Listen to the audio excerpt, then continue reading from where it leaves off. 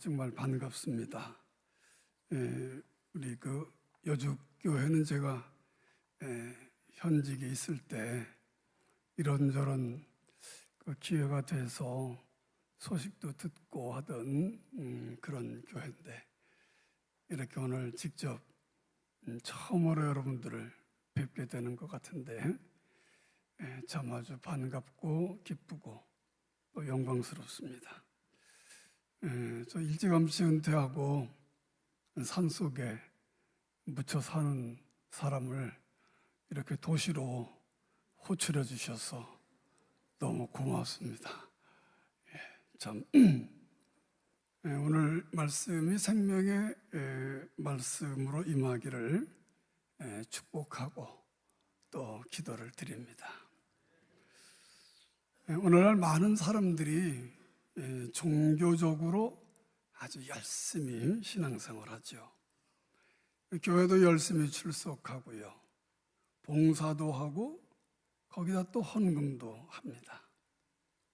그러나 이 종교적 열심은 복음을 깨닫고 예수 그리스도를 사랑을 그 체험한 감격 속에서 나온 것이라고 하기보다는 보다 더 하나님의 은총을 받기 위한, 또 총애를 받기 위한 노력의 일환일 수가 있습니다.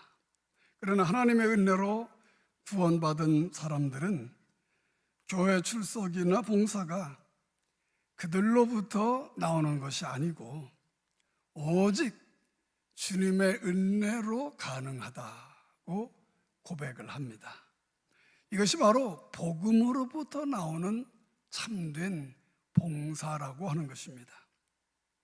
바울 사도는 오늘의 본문에서 잘못된 복음을 전하는 세 종류의 사람을 지적하면서 참된 신앙생활 그리고 참된 봉사가 어떤 것인지를 알려주고 있습니다. 2절에서 잘못된 복음을 전하는 세 종류의 사람들을 좀 거친 표현을 쓰는데요, 첫째는 개들, 둘째는 행악하는 자들, 셋째는 손할례파라고 지칭을 하면서 저들을 삼갈 것을, 그리고 조심할 것을 경계하고 있습니다.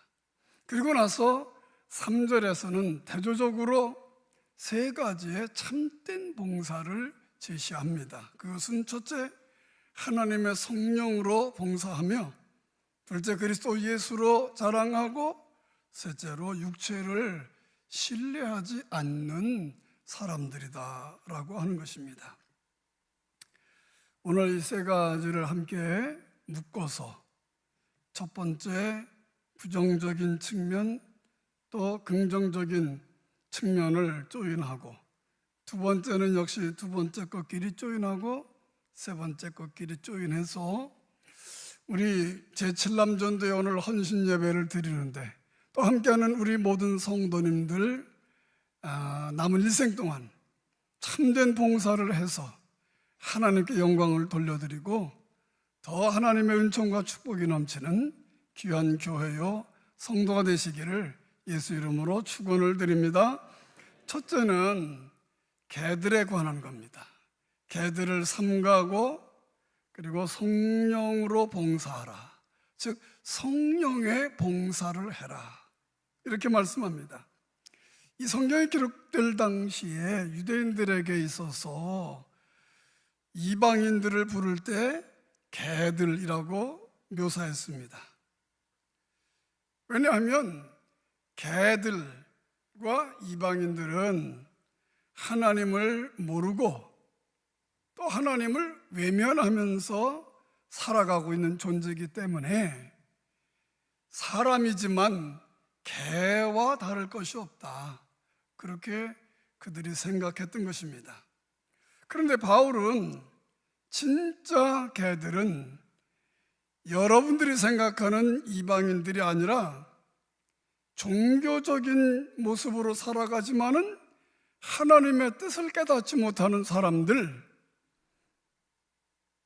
그 사람들을 개들이다, 이렇게 부른 것입니다.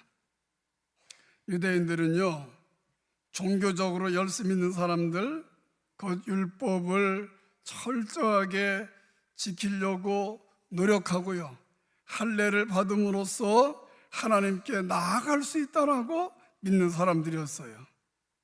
이 유대인들은 율법과 하나님을 알지 못하는 이방인을 보면서 저들이 바로 개들과 다를 것이 없어, 그렇게 이방인들을 개 취급을 했던 것입니다. 그런데 놀랍게도 오늘 바울 사도는 이렇게 말합니다. 아니다, 이방인들이 개가 아니다. 이방인들은 하나님을 잘 몰라서 못 믿는 것이지, 저들이 알면 왜 안 믿겠는가? 오히려 유대인들은 하나님을 많이 알면서도, 하나님을 잘 안다고 알면서도 하나님이 제시하신 방법을 거부하고 자기들 나름대로 자기 방법대로 하나님께 나오고 있지 않느냐, 그들이 바로 이 시대의 진정한 개다, 이렇게 아주 혹독하게 이야기를 하는 것입니다. 여러분, 이렇게 말하고 있는 바울 자신이 사실은 유대인이죠. 그런데 그가 부활하신 예수님을 만나고 변화된 자신의 모습에서 자기가 그 예수님 만나기 전에 자신의 모습을 돌이켜 볼 때에, 아하, 진짜 걔들은 이방인들이 아니고 유대인들이구나. 종교적인 열심은 있지만은 복음을 왜곡시킨 이 사람들이 개들이로구나 하고 깨달으면서 오늘 본문 말씀에서 바로 개들을, 진짜 개들, 그냥 타고난 그 출생 때문에 이방인이 됐고 그래서 하나님을 몰랐고 복음을 모르는 그들이 개가 아니고 잘 안다고 하는 바로 유대인들이 개다, 이렇게 말하면서 그들을 삼가라, 개들을 조심해라, 개들에게서 떠나가라, 이렇게 말씀하는 것입니다. 이 성경이 기록될 당시, 아니 그 이전에도 유대인들에게 있어서 개들은 아주 더러운 천한 동물로 묘사가 됐습니다. 아마도 요즘에 와서 개가 그렇게 인정받고 개가 그렇게 사랑받고 그러는 것이죠. 우리 한국도 얼마 전까지만 해도 욕을 할 때에 뭐 같은 뭐 이렇게 하면은 아주 굉장한 욕이었습니다. 그건 그 욕을 들으면 참을 수가 없는 것이었습니다. 이세벨이, 그렇죠? 심판을 받아서 죽잖아요. 그때 그가 난간에 떨어져서 죽는데 개들이 와서 그 피를 핥아먹었다 그랬어요. 그래서 그 이세벨의 죽음이 가장 비극적이고 저주받은 죽음이라고 표현을 한 거죠. 예수님도 그랬어요. 거룩한 것을 개에게 주지 말아라. 그거 도로 상하고 찢고 거룩하게 대접하지 않는다, 그렇게 말씀까지 하셨잖아요. 성경이 말하는 개들은 어떤 양태를 갖습니까? 주인이 없어요. 떠돌아 몰려다니는 개들을 이야기하는 거예요. 그러니까 들개와 같은 거죠. 먹을 것을 찾아서 쓰레기통을 뒤집니다. 뭐라도 나오면 서로 먹겠다고 으르렁거리며 싸웁니다. 자기 배에 속하지 않는 개들을 만나면 불구 대천지 원수를 만난 것처럼 아주 피 터지게 싸우게 되는 거죠. 물고 뜯습니다. 바울 사도는 이런 위선적인 신앙인을 경계한 것입니다. 삼가라고 한 겁니다. 그들은 외적으로는 철저하게 신앙생활을 하는 것 같아요. 율법을 철저하게 지켜요. 그러나 내적으로는 변화되지 않은 종교적인 거짓 위선자다. 그래서 개들이다, 그런 겁니다. 이들은 무엇을 하려고 할 때 명분을 먼저 찾습니다. 이게 명분이 과연 얼마나 이게 참 우리에게 유익한 명분이고, 우리가 이렇게 하면 얼마나 칭찬을 받을 것이며, 이렇게 하면 우리가 얼마나 인정을 받을 것인지를 먼저 생각합니다. 하나님이 얼마나 기쁘시게 우리를 여기실까? 하나님이 얼마나 기쁘게 우리를 바라보실까? 우리가 하나님을 얼마나 하는 행동이 기쁘게 할까? 이 하나님 중심이 아니라 자기 중심입니다. 그래서 이들은 변화되지 않았습니다. 명분은 거룩해 보이지만은 속내는 개들처럼 자기밖에 모르고 그를 위해서 떼지어 다닙니다. 교회 안에 이런 사람들이 있으면 명예나 물질의 유익이 그에게 들어오는 것이라고 하면은 서로 생명을 걸고 싸웁니다. 이들은 자기 편이 아니라고 하면 절대로 받아들이지 않습니다. 아니, 그 사람이 자네한테 무슨 잘못을 저질렀나? 특별하게 자네를 욕하는 것 같지도 않던데, 자네 서운하게 한 것도 없는 것 같은데. 그런데 아닙니다. 패가 있습니다. 이쪽 들깨 저쪽 들깨 패가 있습니다. 그래서 서로 죽도록 싸우는 것입니다. 그런데 겉으로 얘기할 때는 언제나 거룩하고, 언제나 점잖고, 언제나 옳은 말만 하고, 그런데 속 사람은 변화가 되지 않은 겁니다. 그런데 바울 사도는 3절에서 하나님의 성령으로 봉사하는 것이 진정한 봉사라고 합니다. 하나님의 성령으로 봉사한다는 것은 무엇입니까? 예수를 믿어서 구원받은 사람들이 마음속에 내주하시는 성령님의 인도를 따라서 신앙생활과 봉사를 하는 것을 의미합니다. 그러니까 내가 이게 좋은 것 같아, 내가 이것이 괜찮은 것 같아, 이 사람들도 이렇게 하더라고, 불교에서도 이렇게 하던데 그랬더니 사람들이 굉장히 좋아해. 내가 다니는 직장도 말이야 이런 거 해. 그런데 그거 했다고 우리 직장 굉장히 칭찬받았어, 그러는 거죠. 하나님의 성령의 인도하심과 성령께서 가르쳐 주시고 성령께서 인도해 주셔서 그가 봉사활동을 하는 것이 아닌 거죠. 그런데 예수 믿어서 구원받은 사람들은 반드시 아주 또 자연적으로 그 마음속에 내주하시는 성령의 음성을 듣게 되고 성령의 인도를 받게 되고 성령의 명령에 순종하게 되고, 이렇게 해서 죽으면 죽으리라, 악을 골짝 빈들에도 복음 들고 가겠다, 이렇게 말하고 다짐하고 십자가의 길을 걸어가는 겁니다. 이런 사람들은 신령과 진정으로 예배하지요. 이런 사람들은 쓰레기에서 발견한 뼈다귀 같이 하찮은 것 때문에 서로 으르렁거리지 않습니다. 뼈다귀가 뭡니까? 명예, 인정받는 것, 직분, 이런 것이 교회 안에 있는 참으로 성령이 없는 그런 사람들 안에서 이루어지는 것은 이 들깨들이 그렇게 탐하는 뼈다귀와 같은 것입니다.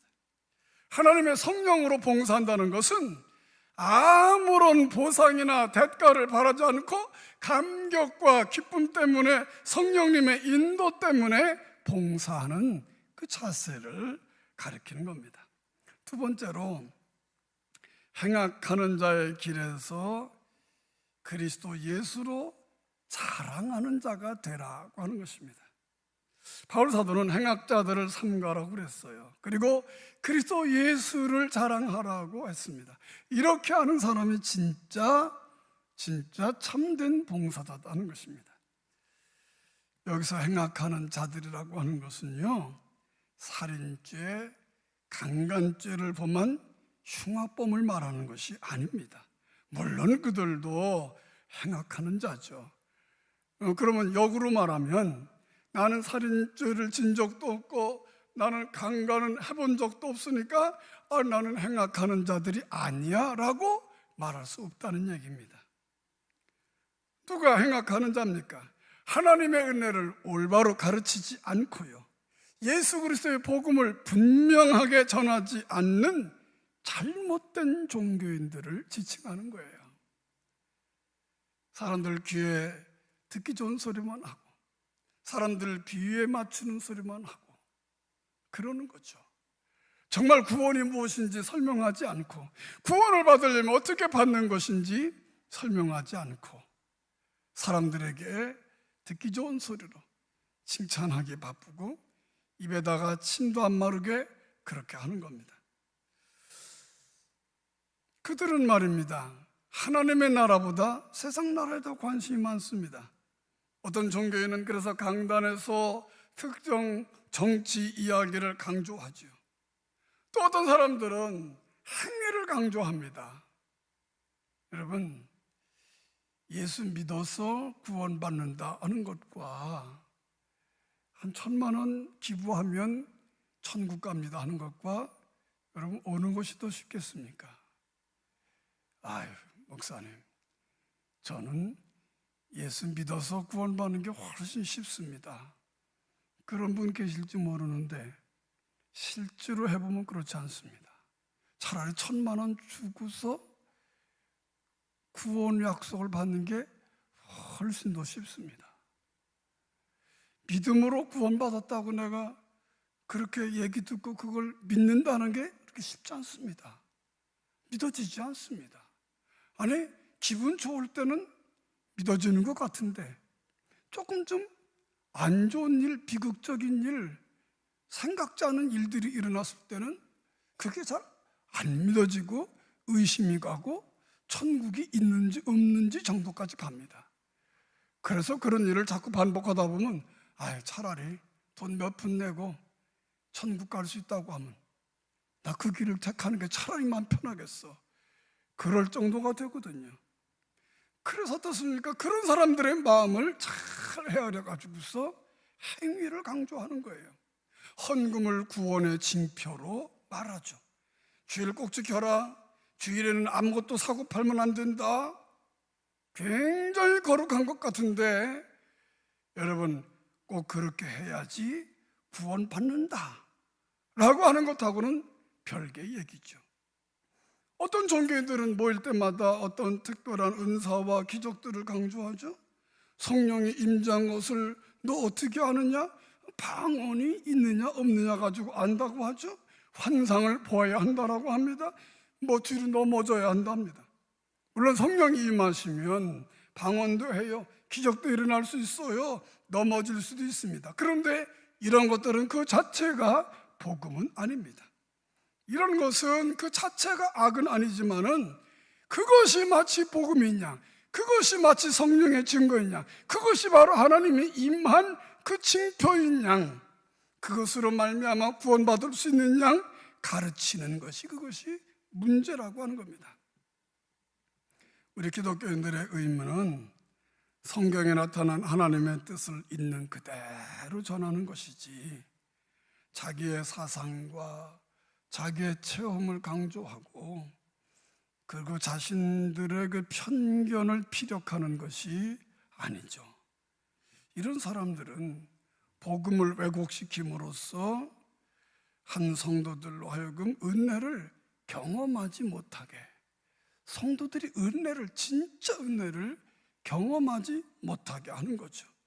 그러나 이런 사람들은 절대로 진정한 봉사를 할 수가 없습니다. 왜? 내가 집사 된 것도 내가 이렇게 했기 때문에, 내가 헌금했기 때문에, 내가 주일을 꼭 지켰기 때문에, 내가 직장에서도 내가 인정받았기 때문에, 내가 열심히 살았기 때문에, 모든 것이 원인이 다 자기에게 붙어 있는 겁니다. 이 사람이 어떻게 봉사하겠습니까? 봉사를 하지요. 모양은 있지만 내막은 전혀 다른 얘기입니다. 그런데 값없이 하나님의 은혜로 내가 구원을 받았고 그 놀라운 사실을 알았고 그리고 예수님을 진정 마음속에 모시게 됐고 아무 하는 것도 없이 구원받았고, 여러분, 이 사실이 믿어진 사람들은 누가 뭐라고 해도, 아무리 어려움이 온다고 해도, 손가락질을 심지어 받는다고 해도 받은 바 은혜 때문에 봉사의 삶으로 나아갈 수밖에 없는 거죠. 진정한 봉사는 그리스도 예수로 자랑하는 사람들만이 할 수 있는 겁니다. 왜 예수로 자랑합니까?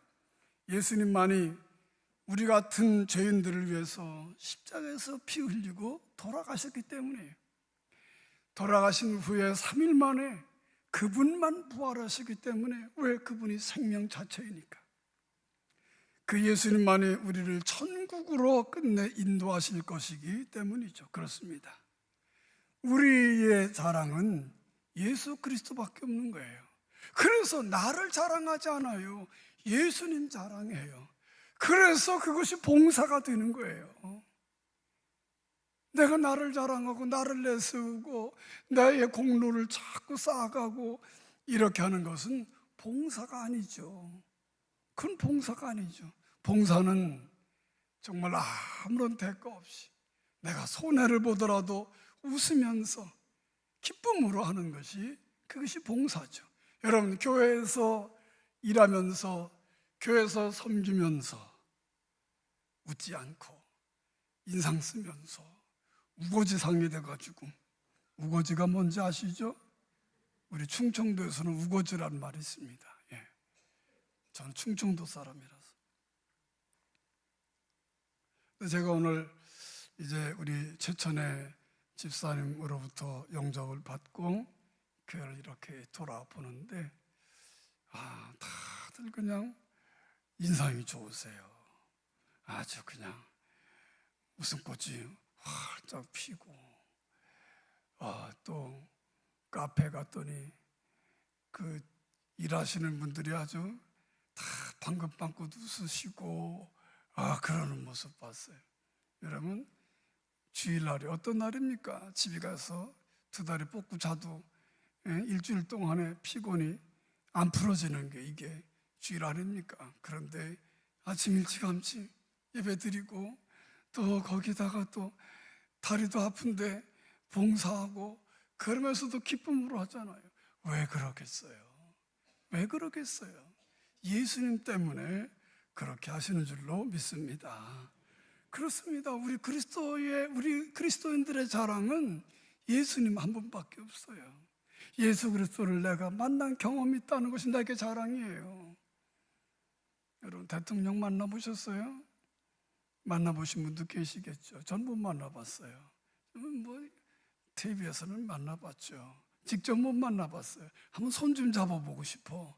대통령님들은 어떤 분인지 손 좀 잡아보고 한 번도 그건 고사하고, 그분이 집무하는 데라도 한번 가서 이렇게 보고 싶은데 한 번도 못 가봤어요. 그런데 만왕의 왕이시고 왕 중의 왕이신 예수님을 만나본 거, 그게 자랑인 거예요. 할렐루야. 그리고 예수 그리스도 때문에 내가 죄 용서함을 받았고, 그 경험이 내게 있다는 거예요. 죄 용서의 경험이 있어. 그게 자랑인 거죠. 어디 가다가 내가 큰 실수를 했어요. 앞에 가는 차를 멍하니 운전하고 하다가 모르고 탁 받았어요. 그래가지고서 나가서 아이고 죄송하다고 그러면 이제 큰일 난 거죠. 이거 저것도 견적이 얼마나 나올라나, 이거 큰일 났다. 그런데 그분이 이렇게 자기 차 뒤를 와서 이렇게 보더니, 뭐 쑥쑥쑥 닦아보더니, 괜찮네요. 그냥 가세요. 그럼 어떻게 하겠어요? 나 같으면 그날은 만나는 사람마다 난 얘기할 것 같아요. 내가 그래서 오늘 앞에 가는 차를 쾅 들이박았는데 글쎄, 이 사람이 오더니 그냥 가라고 하는 거예요. 나 이름은 모르지만 너무 감사하대. 그렇게 얘기하지 않겠어요? 또 누구 만나면 또 가족 저녁 때 집에 가서 또 식구들 만나면 또 이야기하고, 마치 내가 굉장히 잘한 것처럼 말입니다. 그분을 내가 누구 이름도 모르지만 자랑하지 않겠어요? 여러분, 예수님 때문에 내가 평생 지은 죄가 용서됐고, 앞으로 심지어 지을 죄까지 다 용서가 됐고, 할렐루야. 예수님으로 자랑할 수밖에 없죠. 그리스도를 내 마음속에 영접하고 내 생애가 변화된 거, 이게 귀한 것이죠. 바울 사도는요, 예수님 만나기 전에, 예수님 믿기 전에 예수의 예자만 들어가고 연관된 사람이라면은 다 잡아다가 족치고 잡아다 죽이고 가두고 그런 일을 아주 최고 영광으로 알았던 사람이죠. 그런데 그가 예수님 만나고 그의 생애가 극적으로 변화되잖아요. 그게 그에게는 귀한 거예요. 그래서 이 귀한 변화 때문에 바울이 감사하고 찬양하고 봉사하고 예수님을 자랑한 거예요. 여러분, 우리 여주교회도 똑같은 줄로 믿습니다. 예, 우리 마음속에 그리스도를 영접하고 내 생애가 바뀌어서, 옛날에는 저주받은 생애고, 옛날에는 불평불만이 많았고, 옛날에는 그냥 인상만 쓰고 까칠하기만 하고, 그런데 이제는 너그럽고, 이제는 풍부하고, 이제는 다른 사람들을 배려해주고, 이제는 대신 내가 짐을 져주고, 그런 생으로 바뀌어서 옆에 사람들이 보고, 너 요새 잘못 먹은 거 있니? 뭐 잘못 먹었니? 이런 말을 들을 정도로. 그때 우리 뭐랍니까? 그래, 내가 예수 믿은 것밖에 없어. 예수 믿고 나니까 너무 좋아. 내가 뭐 자랑할 게 없더라고. 내가 불평할 게 없더라고. 너무 감사해. 여러분, 그것이 참된 기쁨이고 은혜고, 바로 거기에서 나오는 봉사가 참된 봉사인 줄 믿으시기를 바랍니다. 마지막으로 손할례파와는 선조를 하고, 육체를 믿지 않는 진정한 할례파로 섬겨라 하는 것입니다. 손할례파들을 삼가라고 3절에서 말하죠. 육체를 신뢰하지 않는 우리가 할례파다 그랬어요. 참된 봉사의 특징은 소극적으로 손할례파들을 삼가하는 것이고, 적극적으로는 육체를 신뢰하지 않는 거예요. 할례가 뭐죠? 잘 아시죠? 유대인들은 난지 8일 되면 하나님과의 언약의 징표로 할례를 행했죠. 그런데 이제 시간이 흘러가면서, 세월이 흘러가면서 할례가 언약으로 주어진 그런 그것이 아니고, 그래서 하나님과 내가 감히 언약을 맺었다 그래서 하나님을 자랑하는 것이 아니고 할례 받은 자체를 자랑했던 거죠. 그렇죠? 여러분, 여기 이게 참 정말 훌륭한 분이 저에게 이 선물을 주셨어요. 뭐 도지사님이 주셨든지 총회장님이 주셨든지 아니면 담임 목사님이 주셨든지 아주 내가 존경하는 분이 저를 주셨어요. 그러면 저는 누구를 생각하는가 하면 이것을 준 사람을 생각하죠. 그런데 받은 내가 맨날 다니면서 이 컵만 자랑을 하고 앉았어. 그게 좀 정신 나간 사람이잖아요. 그 컵값 해봐야 2, 3만 원밖에 안 가. 몇 푼 되지도 않는 거야.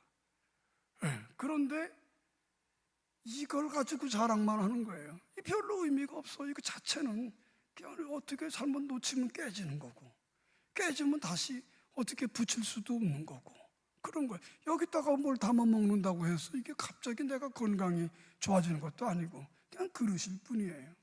여러분, 할례도 마찬가지예요. 하나님께서 우리와 특별한 약속, 특별한 백성이 됐다고 하는 것을 언약의 징표로, 언약의 징표로, 약속의 징표로 내 몸에 네가 언제나 잊지 않고 언제나 네가 기억할 수 있도록 네 몸에 흔적을 남겨라. 이래서 이들이 할례를 받았던 거거든요. 그런데 그 할례를 주신, 약속, 언약을 주신 하나님을 자랑하는 것이 아니라 할례 자체를 자랑했다는 거죠. 얼마나 어리석은 거예요. 그래서 구약의 여러 선지자들도 육체의 할례만 자랑하는 유대인들을 책망했습니다. 꾸짖었습니다. 모세도 유대인들을 향해서 육체의 할례가 중요한 것이 아니라 마음의 할례가 있어야 된다, 이렇게 설파했습니다. 마음의 할례는 뭡니까? 여러분, 할례는 육체를 일부를 잘라내는 거죠. 여러분, 그래서 마음의 죄를 잘라내는 거예요. 그것을 찢는 거예요. 그리고 그것을 아파하는 거예요. 세상적인 것을 버리고 세상적인 자랑을 분토와 같이 버리는 그 마음, 이것이 마음의 할례를 받은 진정한 참된 기독인이라고 하는 것입니다. 그래서 손할례파는 마음의 할례를 받은 우리 이방인들, 다시 말해서 회개로 죄된 마음을 찢고 세상적인 가치관을 뒤로하고 예수를 믿고 구원받은 그 이방인들이 진짜 할례파다라고 바울은 말하고 있는 것입니다. 할례와 같은 외적인 의식을 강조하는 사람들이 있어요. 이 사람들은 내가 세례받았다, 이걸 강조해요. 내가 이래봬도 집사야. 그럼 아주 우스갯소리로 옆에 있던 사람이 또 얘기하죠. 그래, 집을 몇 채를 샀어, 이렇게. 그럼 머쓱해지잖아요. 그러니까 이것은 나의 외적인 것, 내 신분, 내 학력, 나의 가정, 가문, 내 인물, 이런 것들을 자꾸 내세우고 강조하는 거예요. 그래서 물론 감사하는 마음으로 하면 괜찮은데 우리 집은 4대째 예수 믿어, 너무 감사해, 그럼 괜찮은데 그게 아니라 날 우습게 보면 안 돼, 이렇게. 그러니까 자랑이 뭐냐, 굉장히 신령한 것 같은데 그의 속사람은 변화된 것이 없고 겉으로 된 것, 이력서에 쓸만한 것, 이런 자랑스러운 것만 추구하는 거죠. 예외 없이 이 사람들은 마음의 변화를, 이 사람들은 추구하지 않아요. 내가 마음이 하나님께 얼마나 더 가까이 가느냐, 내가 더 얼마나 예수님을 사랑하고 싶어서 안달이 났느냐, 내가 주님을 얼마나 더 자주 만나기를 바라느냐, 이런 건 별로 추구하지 않습니다. 영적으로 그리고 마음으로 하나님을 사랑하고 예배드리는 거, 이거 추구하지 않습니다. 아이, 벌써 또 주일이 왔네, 안 가면 또 4대째 예수 믿는 가정에서 그 체면이 말이 아니지, 이렇게서 교회 가는 거죠. 외적인 의식을 강조하고 외적인 그런 모습을 강조하는 거죠. 이들은 의식적이든 무의식적이든 자신들의 육체를, 자신들의 외적인 자랑을 신뢰하는 거예요. 결론적으로 하나님을 신뢰하잖아요. 하나님을 믿는 게 아니에요. 너희는 마음에 근심하지 말아라, 하나님을 믿으니 또 나를 믿으라 그랬잖아요. 그런데 어려운 일이 생겼어요. 그러면 뭐예요? 그래, 우리 학교의 동창회장님, 그분한테 찾아가면 될 거야. 그렇죠? 하나님을 믿으니 또 나를 믿으라. 그래서 하나님을 믿고 예수 그리스도를 믿고 그분 앞에 가서 기도하고 엎드려 간구하고 하는 것이 아니라 내게 있어서 큰 빽이 되는 사람, 그 사람이 내게 자랑이고 그 사람이 내게 힘이고 그 사람이 내게 뒷배고, 그래서 그 사람이 생각이 먼저 나고 그러는 거죠. 이 사람은 하나님을 신뢰하지 않는 거죠. 순수한 봉사는 이렇게 육체를 믿지 않는 거예요. 육체를 믿지 않는 거예요. 주님만을 의지하는 사람들이 순수한 봉사를 할 수가 있어요. 죄성으로 가득 찬 이 육체를 의지하는 사람은요, 참된 봉사를 할 수가 없어요. 우리 머리에서 생각나는 건 맨 죄 짓는 것뿐이고, 손과 발은 그렇죠, 피 흘리는 데 빠르고, 혀로는 속임을 베풀고, 참 뭐 하나 내놓을 게 있습니까? 눈을 떠서 보게 되면 못 볼 것만 보여. 못 볼 거는 눈이 번쩍 뜨요. 근데 꼭 봐야 되는 건 못 봐. 그렇잖아요. 그게 우리 육체예요. 네, 육체라고 총칭된 우리의 육적인 그런 모든 연관된 것들이에요.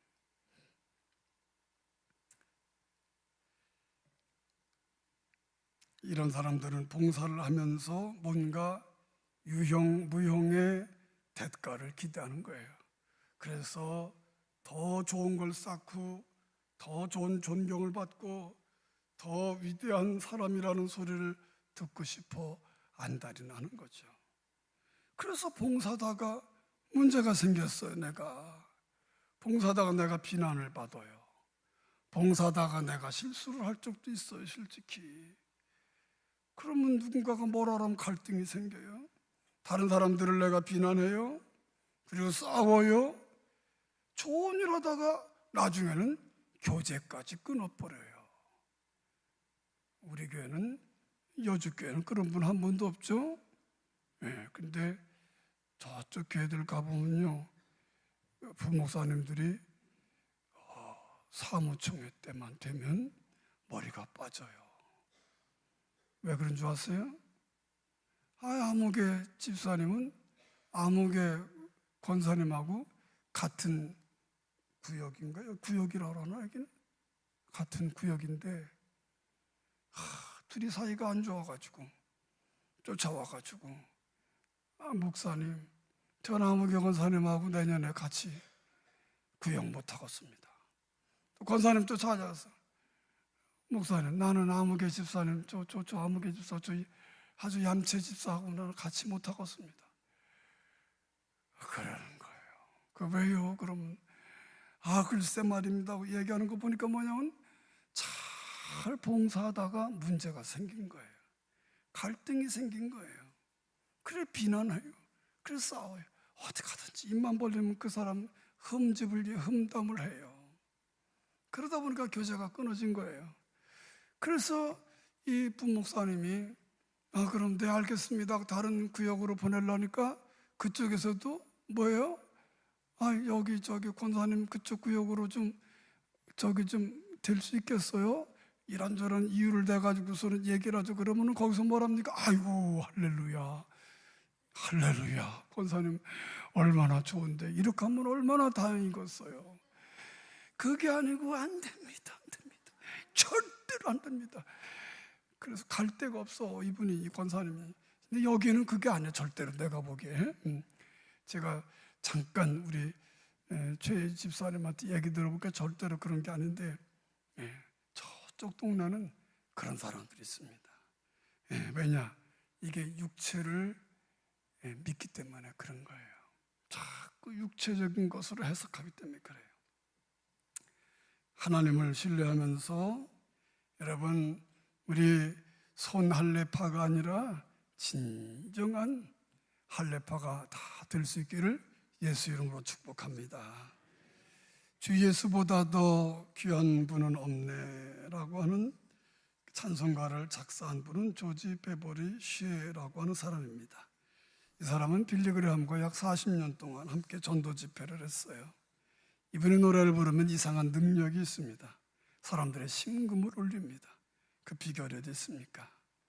그분은 성악가로 많은 돈을 벌 수도 있었지만은 그의 음성을 주님께 드렸던 겁니다. 어느 날 백악관에서 편지가 왔습니다. 미국의 대통령이 편지를 했습니다. 내용인즉슨 영국과 소련의 수상들이 오는데 이들 앞에서 당신의 노래를 불러주십시오라는 초청이었습니다. 참으로 명예스러운 일이었습니다. 그가 답장을 보냈습니다. 이런 초청에 내가 얼마나 참 영광스러운지 모르겠습니다. 그러나 저는 갈 수 없습니다. 저는 주 중에 주요, 왕 중에 왕이신 주님만을 위해서 찬송을 부르기로 했고 내 음성을 바치기로 했습니다. 다시 편지가 왔습니다. 조지 베버리 슈에 씨, 이것은 너무나 중요하고 귀하에게도 중요한 일이니 꼭 와주십시오. 또 베버리가 답장을 했습니다. 저는 절대 못 갑니다. 용서해 주십시오. 세 번째 편지가 또 왔습니다. 귀하께서 꼭 불러주셔야겠습니다. 베버리 슈에가 답장을 했습니다. 제가 꼭 가기를 원하신다면 조건부로 하겠습니다. 그 조건은 제가 선택한 곡을 부르겠다는 것입니다. 그때 그에게 영감이 떠올랐습니다. 주 예수보다 더 귀한 것은 없네. 은이나 금보다 차라리 예수님을 소유하겠어. 이 세상 부귀와 이 세상 명예와 이 세상 행복과 예수님 바꿀 수 없네. 주님 앞에서 헌신된 사람에게 하나님의 성령으로 감동을 주신 그런 허락하신 찬송이었던 거죠. 오늘 이 자리에 계신 사랑하는 여주교회 모든 우리 성도님들, 특별히 헌신을 다짐하는 제7남전도회원 여러분들은 모두 하나님의 성령으로 봉사하시고 그리스도 예수로 자랑하시고 육체를 신뢰하지 않는 참된 봉사자가 되기를 바랍니다. 그리고 주님 앞에 무릎 꿇고 기도하면서 그분의 인도를 받으면서 신앙생활을 영위하면서 참된 봉사자가 되시기를 예수 이름으로 축복합니다.